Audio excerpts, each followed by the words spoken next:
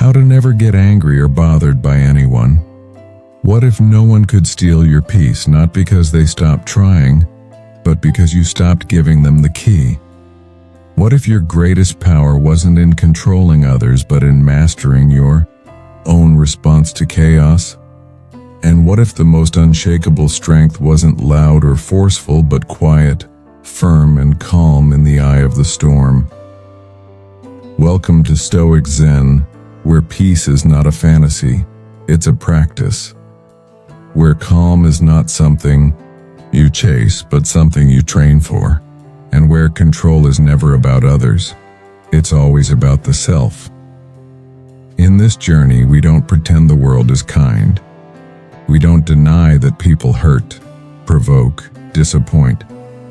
But we do learn how to walk through that chaos untouched, because real strength is silent.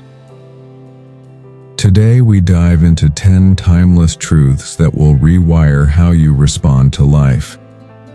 You'll learn how to stay grounded even when others are reactive, how to stop absorbing negativity that was never yours to begin with, and how to reclaim the emotional freedom that was always within your reach, just buried beneath habit. These are not just coping tips. These are tools of transformation. This is the art of becoming unshakable, not because life got easier, but because you got stronger. Let's begin. Lesson 1. Your reaction is always your responsibility. Have you ever noticed how quickly your peace can vanish at the smallest provocation? A glance, a word, a delay. In just one moment, someone's carelessness can hijack your entire mood if you let it. But here's the truth the Stoics lived by. No one holds the keys to your emotions but you. You are not a puppet to the world's behavior. You are not a mirror to everyone else's storm. You are the gatekeeper of your response. And until you take full ownership of that truth, you will always be at the mercy of moods not your own. Imagine your mind as a still body of water. Every careless comment, every rude gesture, every misunderstanding, they're pebbles tossed in. But do you want those ripples to shake the entire lake, or simply vanish beneath its depth? That choice is yours. When someone cuts you off in traffic, when a coworker talks over your ideas, when a loved one says something that stings, you have two options. React out of habit and give them control. Pause, breathe, and reclaim your inner authority. That pause, that split-second decision to wait before you respond, that's power. The Stoics called this the space between stimulus and response. And in that space, they believed, lies not only your growth but your freedom. You are not a slave to emotion. You are not bound by instinct. You are a sculptor of your reaction, chipping away the unnecessary until only strength remains. Let me be clear. This isn't about suppressing how you feel. Anger, sadness, irritation, they're natural. But feelings are messengers, not masters. You don't choose what knocks on your door. But you absolutely choose which voices you invite in and which you show the way out. So next time something, or someone, tries to rattle you, ask yourself, am I reacting or am I responding? Am I giving this moment power, or am I standing in mine? Because life is not about avoiding conflict, it's about training your mind to stay still, even in the fire. And every time you choose calm over chaos, silence over shouting, presence over panic, you are building an inner fortress no one else can shake. Lesson 2. Stop expecting people to be you.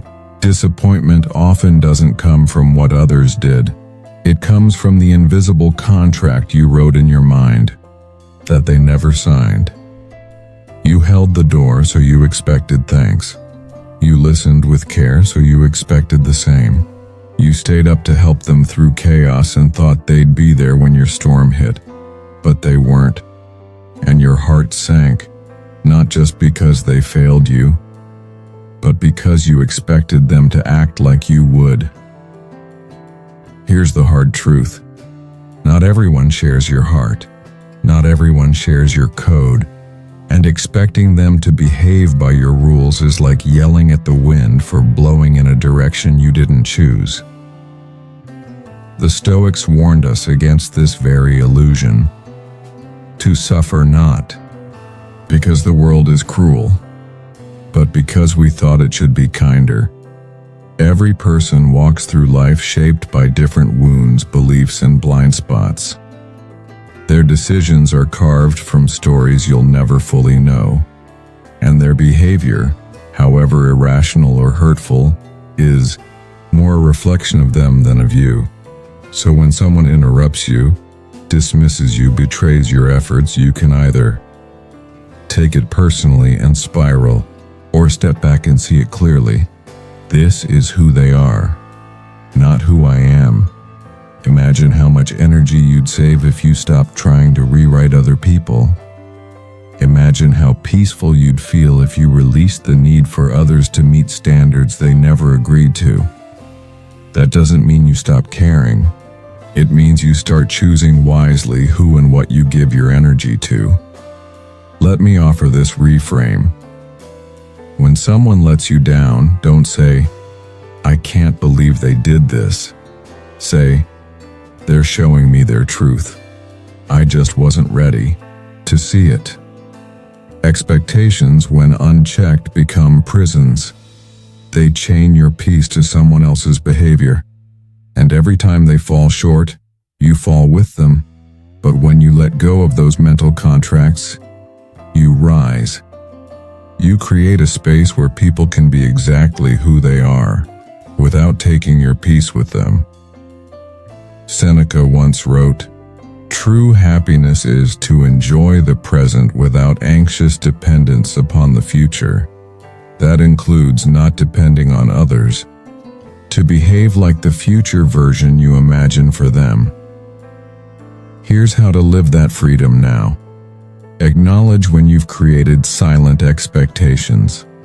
Ask, was this fair, or was it just familiar?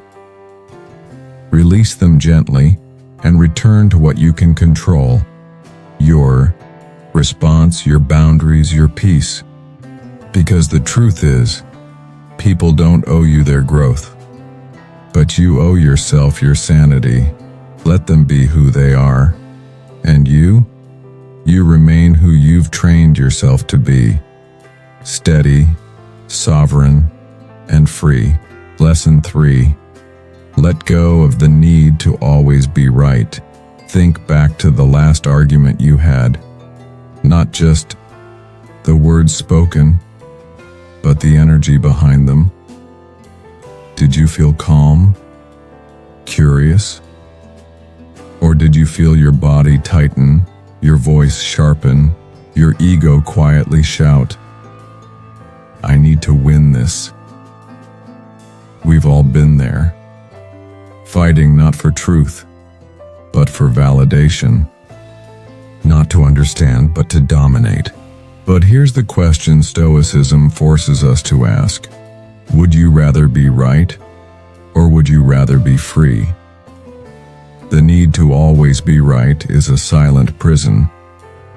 It traps your peace in the opinions of others. It ties your worth to whether people agree with you. And in doing so, it makes every disagreement a battle, every conversation a threat. But the Stoics knew, truth doesn't need to yell. It doesn't need to win.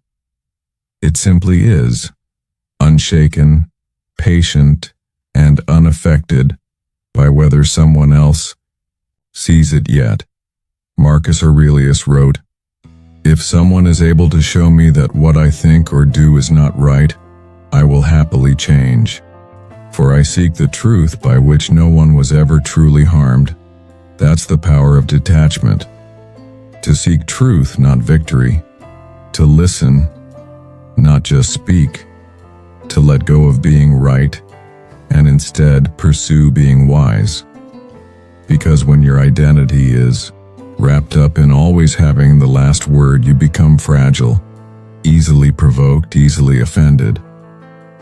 But when your identity is rooted in stillness, you can let someone else win the argument and still walk away with peace. Here's a simple test. Next time someone challenges your opinion, pause. Ask yourself, does this truly matter in the long run? Is this conversation about growth or just ego preservation? What am I actually trying to protect, my perspective or my pride? When you shift from defending to understanding, everything softens. Walls come down, connection becomes possible. And even when agreement isn't reached, respect can be. This doesn't mean you silence your truth. It means you stop weaponizing it. It means you choose peace over pride and clarity over conflict. True Stoic strength isn't loud. It doesn't clap back. It doesn't flex its knowledge. It simply walks away when a battle isn't worthy of its soul. So the next time someone misunderstands you, insults you, or refuses to hear you, remember this. Your value is not found in proving a point. It's found in keeping your peace. Let go of the need to be right, and you'll finally feel what it's like to be free. Lesson 4. Stop letting others' words define your worth. It always starts small. A single sentence, a quick comment. Are you sure that's a good idea? That's interesting. A raised eyebrow, a pause too long, a tone that cuts deeper than the words themselves. Suddenly, what felt like confidence, what becomes doubt. What was once excitement shrinks into embarrassment. And without realizing it, we let their opinion rewrite our truth. But here's the reality. No one's words have the power to define your worth unless you hand them the pen. You were not born to live under someone else's approval. You were not designed to carry their projections as your identity. The Stoics knew this deeply. Your value is intrinsic, untouched by flattery, unmoved by insult. Marcus Aurelius once said, "Reject your sense of injury, and the injury itself disappears." He wasn't saying words don't sting. He was saying, you choose whether they stay. Think of it like this. You are a house. Some people walk by and admire the view. Others pass judgment without ever stepping inside. But none of them built the foundation. Only you know what holds you together. Only you understand the bricks of effort, failure, courage, and growth that make you, you. So why give power to a passing stranger with a loud opinion? Here's the danger. The more you rely on others to validate you, the easier it becomes for them to control you. One compliment lifts you. One criticism destroys you. You become a yo-yo in their hands, rising and falling with every word. But when you anchor your worth within, you become unshakable, centered, whole, regardless of who claps or criticizes. Next time someone says something that stings, pause. Ask yourself, is this truth? Or is this just their lens? Do they know my story? Or are they guessing from the outside? Does this opinion reflect me or them? Not all feedback is wrong. Sometimes criticism is a mirror, showing you something real. But you get to decide, Is this a reflection to grow from or a shadow to ignore? Seneca said, "It is not the man who has too little, but the man who craves more that is poor." And the same is true for approval. The more you crave it, the emptier you become. But when you stop chasing their approval, you begin discovering your own. So the next time someone underestimates you, mocks your idea, or throws shade in subtle words, just smile gently. Not out of pride, not out of spite, but because you know something they don't. You are no longer a prisoner to their opinion. You found the freedom of self-worth, and no one gets to steal that without your permission. Lesson 5. Protect your energy by setting boundaries. There's a quiet kind of exhaustion that doesn't come from hard work, but from giving too much of yourself to the wrong things for too long. It's the heaviness that settles in your chest after you say yes when every part of you wanted to say no. It's the frustration of carrying someone else's chaos, while your own peace gets pushed to the side. It's the silent resentment that builds when you keep showing up for people who wouldn't notice if you stopped. But here's the truth. Your energy is sacred, your time is limited, and your peace is your responsibility. The Stoics taught us to value what we can control, and nothing is more within your control than where you place your attention. Epictetus said, "Freedom is the only worthy goal in life. It is won by disregarding things that lie beyond our control, and nothing drags you into what you can't control faster than poor boundaries." You are not required to be constantly available. You are not obligated to absorb every request, every emotion, every need that comes your way. Saying no isn't cruelty, it's clarity. It's a declaration that you know your limits when you respect them. Think of boundaries like a gate. It doesn't lock people out. It simply filters who and what gets to come through and at what cost. Without that gate, anything gets in. Guilt, obligation, drama. And before long, you're not living your life. You're managing other people's. But with strong boundaries, you stop reacting and start choosing. You stop explaining and start conserving. You stop drowning in other people's expectations and start breathing in your own priorities. Here's a truth many struggle to accept. If someone gets upset when you set a boundary, they were benefiting from you having none. And that's not a reflection of your selfishness. It's a reflection of their dependence on your silence. Start simple. When your energy feels stretched, ask, am I saying yes out of love or out of fear? Is this obligation serving me or slowly draining me? What would it feel like to choose myself just this once? Boundaries don't require harshness. They require honesty. It's not, I don't care about you. It's, I care about me too. It's not, leave me alone. It's, I need space to be whole. Seneca wrote, associate with people who are likely to improve you. And sometimes that means spending more time alone than around people who constantly deplete you. So protect your energy, not with walls but with wisdom, not with distance but with direction.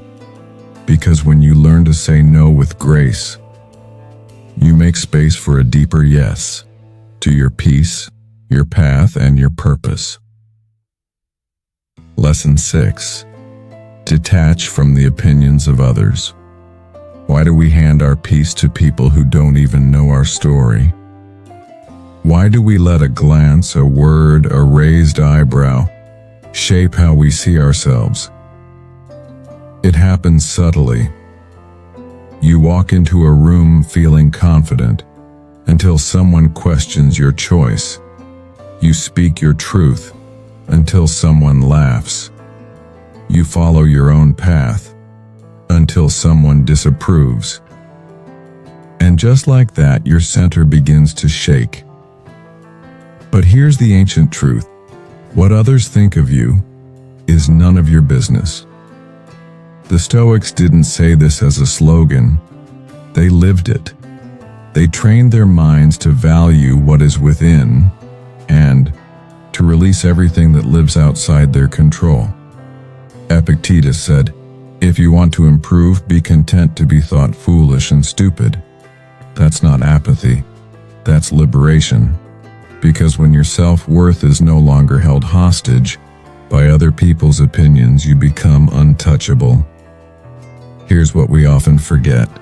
People see the world through their own fog. Their projections are shaped by insecurity, fear, ego, and wounds you can't see. So when they judge you, they're not describing you. They're revealing themselves. Yet so often, we absorb it. We take their passing words and carve them into our identity. But what if you could stop? What if you could stand so rooted in your values that praise and criticism pass over you like the wind? Not because you don't care, but because you care more about truth than about being liked. Next time you feel the sting of judgment, ask, do they know my journey? Or are they guessing from the sidelines? Are they living the life I want? Or trapped in their own? Is their voice clearer than my own inner compass? Because if the answer is no, why would you let them guide your ship? The Stoics understood. To be free, you must be anchored within. This doesn't mean you reject all feedback. It means you filter it. You listen for what's useful and discard what's noise. You remain open but not absorbent, receptive but not reactive. Think of your mind like a temple. Not everyone deserves to step inside, and not every word deserves a place on your altar. So practice the discipline of detachment. When others praise you, nod, but don't cling. When others attack you, breathe and let it pass. Neither changes your truth. Only you can do that.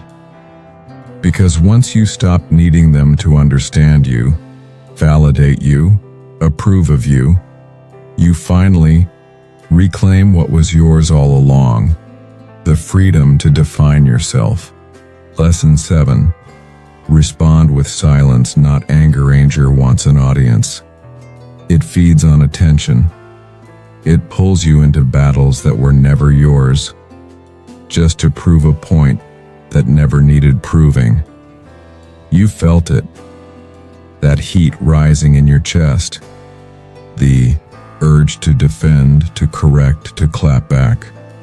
Someone insults you, underestimates you, disrespects you, and your instinct screams, say something, fight back. But what if you didn't? What if you met their fire with stillness? What if instead of reacting, you refused to give their chaos a home inside you? Because here's the power they never expect. Silence is not weakness, it's control. The Stoics mastered this. Marcus Aurelius wrote, "Anger cannot be dishonest." In other words, it reveals not just the truth of others, but the parts of you still ruled by ego. But silence doesn't expose weakness. It reveals strength most people can't comprehend. It says, you don't control my response. You don't get to decide when I lose my peace. I choose what I feed, and I will not feed this fire. Think of silence not as avoidance, but as a shield. It's the pause that stops a spiral. It's the boundary that says, my peace matters more than this moment. And let's be clear, silence doesn't mean you suppress. It means you strategize. You step back, breathe, and choose if the battle is worth your energy. Here's a truth the wise live by. You don't have to attend every argument you're invited to. When someone tries to provoke you, pause. Ask, what are they trying to gain from my reaction? Will speaking change anything or just prolong the noise?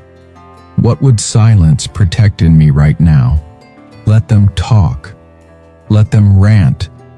Let them twist your name in their mouth like it means something. But you stay unmoved, because what they want is your attention, and what they need is your absence. Seneca once said, "He who is quick to anger is quick to lose." But silence is undefeated. So next time someone throws words like knives, don't catch them, don't throw them back, just stand tall. Let the blade fall, and know this: no one ever regretted staying silent. But many have regretted the words they couldn't take back. Silence is your sword. Wield it wisely, and you'll win battles without ever raising your voice. Lesson 8. Practice. Gratitude to dissolve anger creeps in quietly.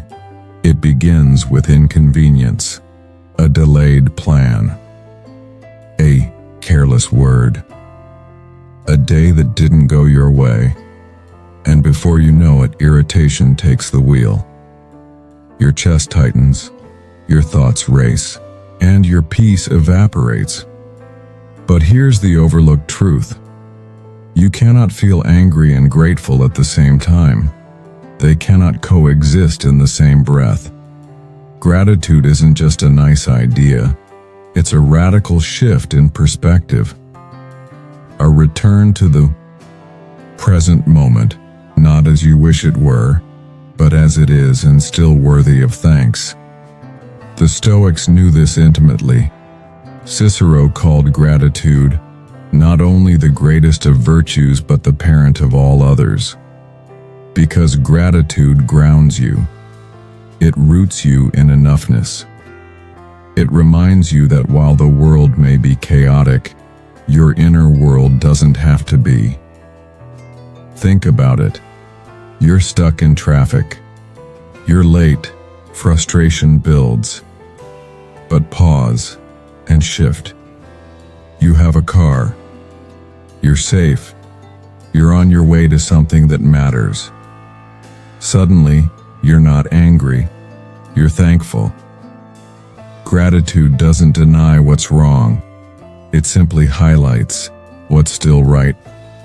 It's not about pretending life is perfect. It's about refusing to be blind to the beauty that still exists. Right now, beneath the noise. Here's how to practice it, even in the heat of emotion. Pause.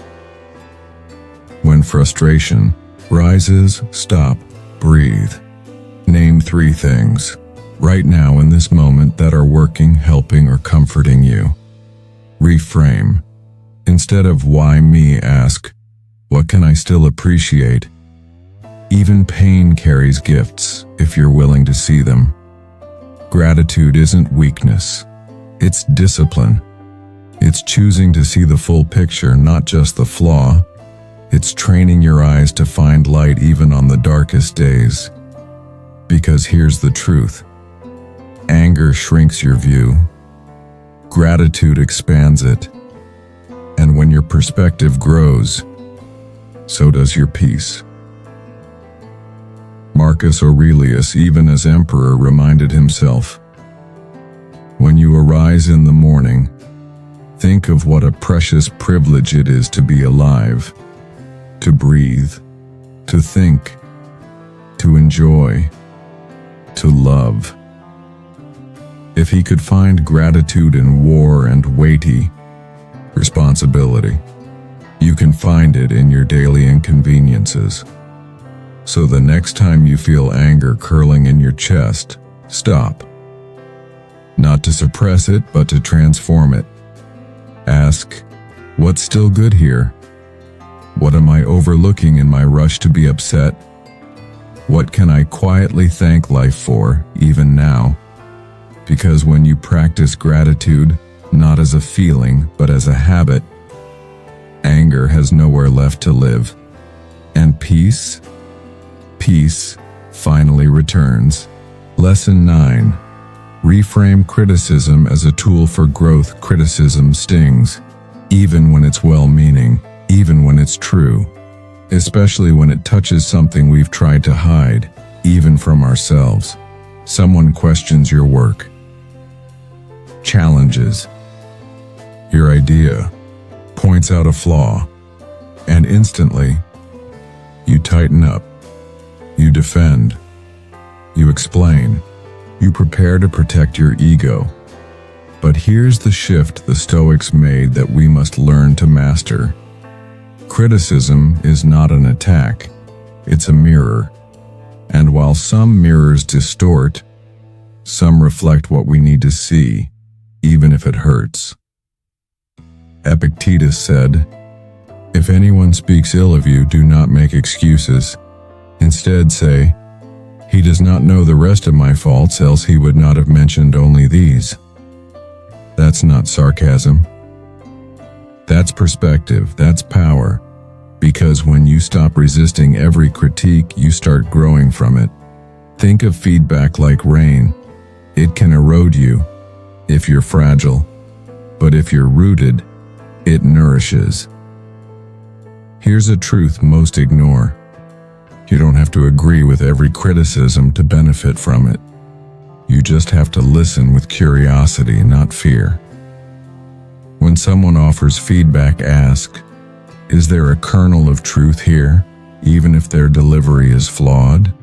Does this reflect a blind spot I haven't yet acknowledged?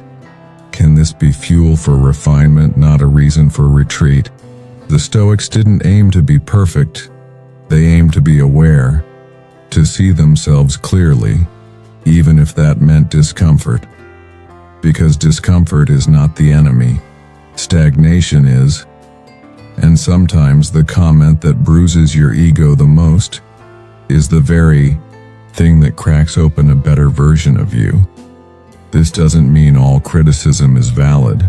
Some comes from envy, projection, ignorance. But even then you learn something about how you're perceived, about how others see the world, about what still triggers you. Growth is not a straight line. It's messy. And sometimes, the best feedback wears the face of an opponent, not a mentor. So the next time someone critiques you, pause.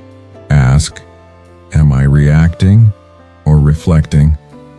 Is this about them or something I've been avoiding? How can I use this rather than resent it? Because once you stop fearing criticism, you start learning from everything, even from those who never meant to teach you. That is freedom. That is maturity. That is Stoic wisdom in action. Lesson 10. Master the art of letting go. Imagine holding a burning coal in your hand, waiting to throw it at someone who wronged you. But the longer you grip it, the more it burns you, not them. This is what we do with anger, with grudges, with resentment. We carry them as if they make us strong. We hold on to the memory, the offense, the moment we were hurt. We replay it, rehearse it, feed it, and we suffer. But the Stoics knew, you are not free until you let go of what no longer serves you. Letting go isn't forgetting, It isn't excusing. It's reclaiming your power from what you cannot change. Marcus Aurelius said, "Do not be disturbed by what is outside your power. Let it go, and you will find peace." Letting go is not weakness, it's wisdom. It says, "I refuse to rent out space in my mind to what can't be rewritten." It's choosing to live forward, not backward. Think of all you've carried, old wounds, old fights, old versions of yourself that no longer fit, but you still wear like armor. Now ask, has holding on made me lighter? Has it brought peace? Or poison? What would my life feel like if I finally set this down? Letting go is not passive, it's active release. It's an act of courage to say, I choose not to suffer twice, once from what happened and again from holding it. And sometimes what you need to release isn't a person, it's the story. The story that says I should have known better. The story that says they owe me closure. The story that says until I get justice I can't move on. You can. You must, because your peace is too expensive to trade for old pain. Here's how to begin. Acknowledge the emotion. Let it rise. Feel it fully. Then, loosen your grip. Reframe the wound. Not, why did this happen to me? But, what did it reveal in me? Choose presence. Come back to now. This moment. This breath. This freedom. Lao Tzu said, "When I let go of what I am, I become what I might be." When you release the grip, your hands are free to build again. Your heart is free to feel again. Your mind is free to see clearly. Letting go is not the end. It is the beginning of calm, clarity, and an unshakable life. If these lessons stirred something within you, if you felt the weight fall off, even just a little, then this is your space. This is your path. This is Stoic Zen. Here, we don't chase the world, we build the inner one. So if you found wisdom here, subscribe, stay, and continue walking this quiet, powerful path with us. Your peace was never out there. It was always waiting.